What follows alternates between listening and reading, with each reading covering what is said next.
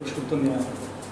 আমি অনুরোধ জানাবো মাননীয় বিধায়ক সুশান্ত চৌধুরী মহোদয়কে আপনাদের সম্বোধন করার জন্য। সম্মানিত মিডিয়া ফ্রেন্ডস, আজকে উপস্থিত হয়েছেন প্রত্যেককে আমাদের দলের তরফ থেকে এবং আমার ব্যক্তিগত তরফ থেকে অনেক অনেক অভিনন্দন জানাচ্ছি, শুভেচ্ছা জানাচ্ছি। এবং মূলত সাংবাদিক সম্মেলন আমরা দেখতে পাচ্ছি প্রতিদিনই হচ্ছে এবং এমন কিছু ইস্যু নিয়ে বর্তমানে ত্রিপুরা রাজ্যের রাজনীতিকে বিষিয়ে তোলার চেষ্টা করা হচ্ছে। তাতে করে আমাদের নেতৃত্ব এবং আমাদের দলের যে স্ট্যান্ড বা রাজ্যের জনগণের সম্মুখে আমাদের দলের যে বার্তা সেটা আগেই স্পষ্টীকরণ দেওয়া হয়েছে। কিন্তু এমন কিছু বিষয় রাজ্যের জনগণকে এবং রাজ্যের শান্তির পরিবেশকে বিষিয়ে তোলার যে চক্রান্ত, এটা দায়িত্বপূর্ণ এবং পৃথিবীর সর্ববৃহৎ দল হিসাবে সেগুলোর বিরোধিতা না করে সেটা থাকাটা বাঞ্ছনীয় নয়। তো স্বাভাবিকভাবে আপনাদের উদ্দেশ্যে আমাদের আজকে যে আলোচ্য বিষয় আমরা আপনাদের সামনে রাখব। পরবর্তী সময়ে সাংবাদিক বন্ধুদের যদি কোনো প্রশ্ন থাকে নিশ্চয়ই আপনারা সে বিষয়ে আলোকপাত করবেন। আমরা emotional, sometimes we are carried away by emotion. It doesn't mean we are politically blind. আমাদের মুখ্যমন্ত্রী পরিষ্কার বলেছেন অতিথি দেব ভব।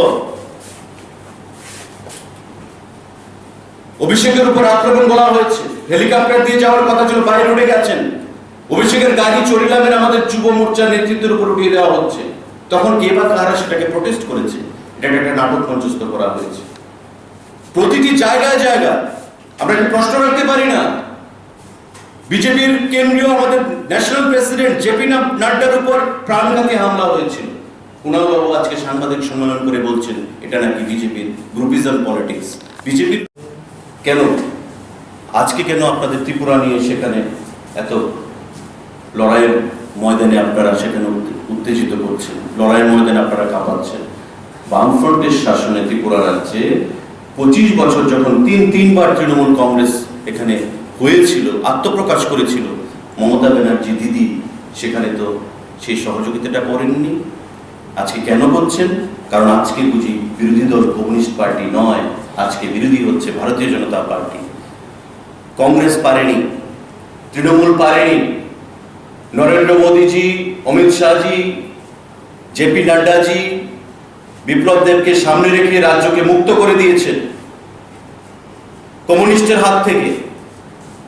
বিগত দিনে যেটা কোনো দল পারেনি, ভারতীয় জনতা পার্টি সেটা করে দিয়েছে। আজকে তাই নজর পড়েছে ত্রিপুরার, শান্তির ত্রিপুরাতে একটা অশান্তির বাতাবরণ তৈরি করে খুন, সন্ত্রাস, হুজ্জুতি যেটা পশ্চিমবাংলায় হচ্ছে সেটা রেপ্লিকা, তাকে এখানে ডিটু করে কিভাবে মানুষকে বিভ্রান্ত করা যায় এবং বলছে তৃণমূল সরকার গঠন করবে। তাই আপনাদের মাধ্যমে আমাদের আহ্বান থাকবে রাজ্যবাসীর উদ্দেশ্যে যে বিভ্রান্ত হওয়ার কোনো জায়গা নেই। আমাদের সরকার 3 বছরের একটু সময় অতিক্রান্ত করেছে। 25 বছরের সঙ্গে 3 বছরের 5 বা 5 বছরের তুলনা করলে ভুল হবে। এই 3-3.5 বছরের মধ্যে প্রায় 1.5 বছর আমরা করোনা পিরিয়ডে কাটিয়েছি।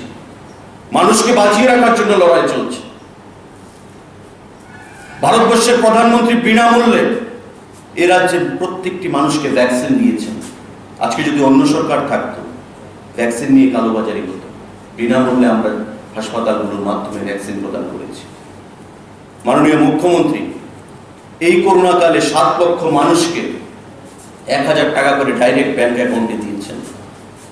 7 লক্ষ মানুষকে 1000 টাকার রেশন সামগ্রী প্রদান করেছেন। ভাতা প্রাপক তাদেরকে 3 মাসের ভাতা অ্যাডভান্স প্রদান করা হয়েছে যাতে করোনাকালে তাদের অসুবিধার মধ্যে পড়তে না হয়। প্রতিনিয়ত মানুষকে কিভাবে বাঁচিয়ে রাখা যাবে এবং ভ্যাকসিনেশন যে ড্রাইভ ত্রিপুরা রাজ্যে আপনারা জানেন যে ভারতবর্ষের মধ্যে প্রায় প্রথম স্থানের কাছে চলে গেছে ভ্যাকসিনেশন ড্রাইভ। ছোট্ট রাজ্য তারপরে মুখ্যমন্ত্রী থেকে শুরু করে প্রতিটি মন্ত্রী, প্রতিটি বিধায়ক, আমলারা, পার্টির কার্যকর্তারা প্রত্যেকে রাজ্যের প্রতিটি জায়গায় ঘুরে ভ্যাকসিনেশন দিয়ে মানুষকে কিভাবে করোনা থেকে মুক্ত করা যায় সেই চেষ্টা চালিয়ে যাচ্ছেন। পশ্চিমবঙ্গে কেন হচ্ছে না?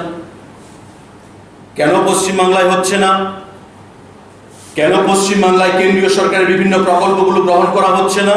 কারণ নরেন্দ্র মোদী বা ভারতীয় জনতা পার্টির সেখানে প্রশংসা করবে, মানুষ মোদীজিকে সমর্থন করবে, তাই কেন্দ্রীয় সরকারের কোনো প্রকল্প অ্যাকসেপ্ট করা যাবে না। মানুষকে ভুল বুঝাতে হবে, বিভ্রান্ত করতে হবে, এই জায়গায় দাঁড়িয়ে রয়েছে রাজনীতিটা। আমার আহ্বান থাকবে রাজ্যের জনগণকে যে যেটা কংগ্রেস পারেনি, বিগত দিনে তৃণমূল পারেনি, ভারতীয় জনতা পার্টি সেই জিনিসটা করে দিয়েছে, রাজ্যের মানুষকে মুক্ত করে দিয়েছে কমিউনিস্টের অবশাসন থেকে 25 বছর। তৃণমূল চাইছে বাঁকা পথে আবার কমিউনিস্টের হাতে রাজ্যটাকে তুলে দিতে। শিখণ্ডীর মতো মহাভারতে আমরা দেখেছিলাম, ইনডাইরেক্টলি কমিউনিস্টকে সাহায্য করে দাও, সরকার গঠনের নাম করে মানুষকে বিভ্রান্ত করে ভোট কাটাকাটি করে দাও, তবে মানুষ বিভ্রান্ত হয়ে যাবে। ছোট্ট রাজ্য, 200, 400, 500, 1000 ভোটে সেখানে বিধানসভা জয় পরাজয় সংগঠিত হয়। তো স্বাভাবিকভাবেই মানুষকে বিভ্রান্ত করে দিয়ে কমিউনিস্টের হাতে যদি আমরা সরকারটা তুলে দিই, তবে মানিকবাবু খুশি হয়ে যাবেন, সীতারাম ইয়েচুরি খুশি হয়ে যাবেন, প্রকাশ কারাপ্তা খুশি হয়ে যাবেন, বিমান বসু যার সিগন্যাল দিয়েছেন গত 5 দিন আগে যে এখন আমাদের তৃণমূলকে সঙ্গে নিয়ে চলতে কোনো আপত্তি নেই। কারণ আগামী দিনে কমিউনিস্ট, কংগ্রেস এবং তৃণমূল সর্বভারতীয় স্তরে তারা একসঙ্গে থাকবে। কারণ পশ্চিমবাংলায় এখন আর তৃণমূল কংগ্রেসের শত্রু কমিউনিস্ট পার্টি নয়, এখন প্রধান বিরোধী দল হয়ে গেছে 3 থেকে 77 ভারতীয় জনতা পার্টি। বন্ধুরা, আমার আহ্বান থাকবে রাজ্যের প্রতিটি অংশের জনগণের কাছে যে সরকার চলছে, ভুল ত্রুটি থাকতে পারে, কিন্তু এর অর্থ এই নয় যে কমিউনিস্টকে ফায়দা করে দিতে হবে। সরকার চলছে, নতুন সরকার, মুখ্যমন্ত্রী থেকে শুরু করে প্রত্যেকের মন্ত্রীরা নতুন, বিধায়করা নতুন, তার আগে কেউ মন্ত্রিসভায় তাদের অভিজ্ঞতা নেই। রাজ্যের মানুষই ভুল ধরিয়ে দেবে। রাজ্যের মানুষের থেকে শিক্ষা নিয়ে আমরা আগামী দিনে নতুন করে আবার ত্রিপুরাকে সাজাতে চাইব, কিন্তু অরাজক পরিবেশ তৈরি করে নয়, রাজ্যের মানুষকে বিভ্রান্ত করে নয়, প্রতিটি অংশের মানুষকে সঙ্গে নিয়ে আমাদের যে সুন্দর ত্রিপুরা মোদীজি ডাক দিয়েছেন। আমাদের হেভিওয়েট লিডার বিমান বসু বলছেন যে বর্তমানে আমাদের তৃণমূলকে সঙ্গে নিয়ে চলতে রাজনীতির সর্বভারতীয় স্তরে কোনো বাধা নেই। আজকে বিমান বসু সকালবেলা ঘুম থেকে উঠে তৃণমূলকে গালাগাল মন্দ না করলে ওনার সারাটা দিন ভালো যেত না। কমিউনিস্ট পার্টির নেতা উনি বলছেন যে আমাদের তৃণমূলকে সঙ্গে নিয়ে চলতে কোনো বাধা নেই। মানে কি, 34 বছরে যেখানে শাসন করেছে তৃণমূল, প্রধান বিরোধী দল হিসেবে 2011 সালে সরকার গঠন করেছে, তারপর গত বিধানসভা নির্বাচনে একটি আসনেও সেখানে বামপন্থীরা জয়ী হতে পারেনি। একটি আসনেও বামপন্থীরা জয়ী হতে পারেনি পশ্চিম বাংলায়। এখন দেখছে যে রাজ্যে ঘুরে মুশকিল হয়ে গেছে ঘুরে দাঁড়ানো, তাই তৃণমূলকে সঙ্গে নিয়ে সর্বভারতীয় স্তরে আমাদেরকে চলতে হবে বিজেপিকে রোকার জন্য। আর মমতা ব্যানার্জি, তৃণমূল সুপ্রিমো, উনি দেখলেন যে প্রধান বিরোধী দল কংগ্রেস দুর্বল হয়ে গেছে, তাই আমরা তৃণমূল কংগ্রেসের নেতৃত্বে আগামী দিনে দিল্লিতে সরকার গঠন করব স্লোগান তুলে দিয়েছেন। প্রধানমন্ত্রীর চেয়ারটা হচ্ছে লক্ষ্য। কমিউনিস্ট পার্টি তো সঙ্গে রয়েছে, কংগ্রেস দল সঙ্গে রয়েছে, শরদ পাওয়ারের সঙ্গে কথা বলছেন, তেজস্বী যাদবের সঙ্গে কথা বলছেন, প্রত্যেককে সঙ্গে নিয়ে বিজেপির বিরুদ্ধে একটা মঞ্চ তৈরি করতে চাইছেন। এবং এতে করে কমিউনিস্ট পার্টি যেহেতু পশ্চিমবাংলায় শেষ হয়ে গেছে, এখন কমিউনিস্ট আমার শত্রু নয়, কমিউনিস্টকে সঙ্গে নিয়েই আমি আগামী দিনে চলব। তাই কি করতে হবে? ত্রিপুরাতে কমিউনিস্ট ঘুরে দাঁড়াতে চাইছে, পারছে না, মানুষ তাদেরকে বর্জন করেছে। এবং আগামী দিনে যদি ভোট কাটাকাটির রাজনীতিটা করা যায়, তবে বিজেপিকে ভেঙে যদি কিছুটা হলেও আমাদের দিকে আনা যায়, তবে মাঝখান দিয়ে কমিউনিস্টকে আমরা ফায়দা তুলে দিতে পারবো। কারণ তৃণমূল, যার একটা বুথ কমিটি নেই, যার একটা পঞ্চায়েতের মেম্বার নেই, যার কোনো রাজ্য কমিটি নেই, সাংগঠনিক যার কোনো স্ট্রাকচার নেই, সেই তৃণমূল কংগ্রেস বলছে যে আমরা 2023-এ সরকার গঠন করব, 2023-এ এই রাজ্যে তৃণমূলের সরকার গঠিত হবে। স্বাভাবিকভাবে অর্থটা কি? একটা লন্ডভন্ড পরিস্থিতি তৈরি করে, একটা অরাজকতা তৈরি করে সিপিএমকে মাইলেজ দিয়ে দেওয়া। কারণ বর্তমানে we are not at all concerned about Trinamool Congress. Our main opposition is CPIM. বিধানসভায় 16টা বিধায়ক রয়েছে, বিধানসভার বাইরেও সিপিআইএম আমাদের প্রতিদ্বন্দ্বী রাজনৈতিকভাবে। সেই নজরটাকে ঘুরিয়ে দিয়ে রাজ্যবাসীকে বিভ্রান্ত করে যাতে তৃণমূলের পতাকাটাকে কিছুটা হলেও শক্তিশালী করা যায় এবং ভোট কাটাকাটির রাজনীতি করে আগামী নির্বাচনে সিপিএম কে ফায়দা করে দেওয়া যায়। কারণ সর্বভারতীয় স্তরে সিপিএম এর সহযোগিতা মমতা ব্যানার্জি রয়েছে। নতুন করে সেই মিতালি সর্বভারতীয় স্তরে কংগ্রেস, তৃণমূল, কমিউনিস্ট পার্টি সব মিলেমিশে একাকার হয়ে গেছে। পশ্চিমবাংলায় আমরা দেখেছি 3 থেকে 77খানা আসনে ভারতীয় জনতা পার্টির সেখানে জয় হয়েছে। প্রধান বিরোধী দলের তকমা আমরা ভারতীয় জনতা পার্টি দল পেয়েছি পশ্চিমবাংলায়। তো স্বভাবতই সিপিএম এখন আর শত্রু নয়, বিজেপি হয়ে গেছে তৃণমূলের কাছে প্রধান রাজনৈতিক শত্রু। তাই ত্রিপুরাকে ডিস্টেবিলাইজ করতে হবে, এটা হচ্ছে তাদের প্রধান এজেন্ডা। বিগত দিনে কি হয়েছে ত্রিপুরাতে? আমবাসার ঘটনা নিশ্চয়ই আপনাদের কাছে ভিডিওগুলো রয়েছে। পশ্চিমবঙ্গ থেকে যে ছেলেদেরকে এখানে আনা হয়েছে তৃণমূলের দায়িত্ব দেওয়ার জন্য, আপনাদের কাছে ভিডিও রয়েছে সমস্ত কিছু। জাস্ট আমি আপনাদেরকে জাস্ট দেখাতে চাইছি, সাংবাদিক বন্ধুরা।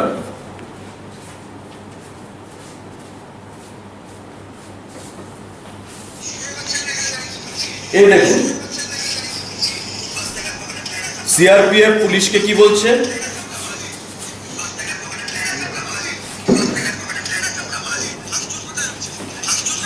তাদের যুবনেতা নেত্রী বাইক ভাঙছে, ভাষা শুনুন। এ হচ্ছে বিদ্যাসাগরের রাজ্য, নেতাজির রাজ্য, স্বাধীনতা আন্দোলনকারীদের রাজ্য। সেখানকার ছেলেদের নেতৃত্বের ভাষা শুনুন।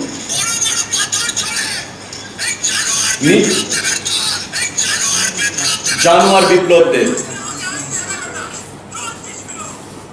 সাংবাদিক সম্মেলনে আমি এই আনপার্লামেন্টারি টক করতে পারবো না যে ভাষা উনি বলছেন। কুণাল ঘোষ সারদা কাণ্ডে জেল ফেরত নেতা, পুলিশকে বলছে ডোন্ট টিচ মি ল।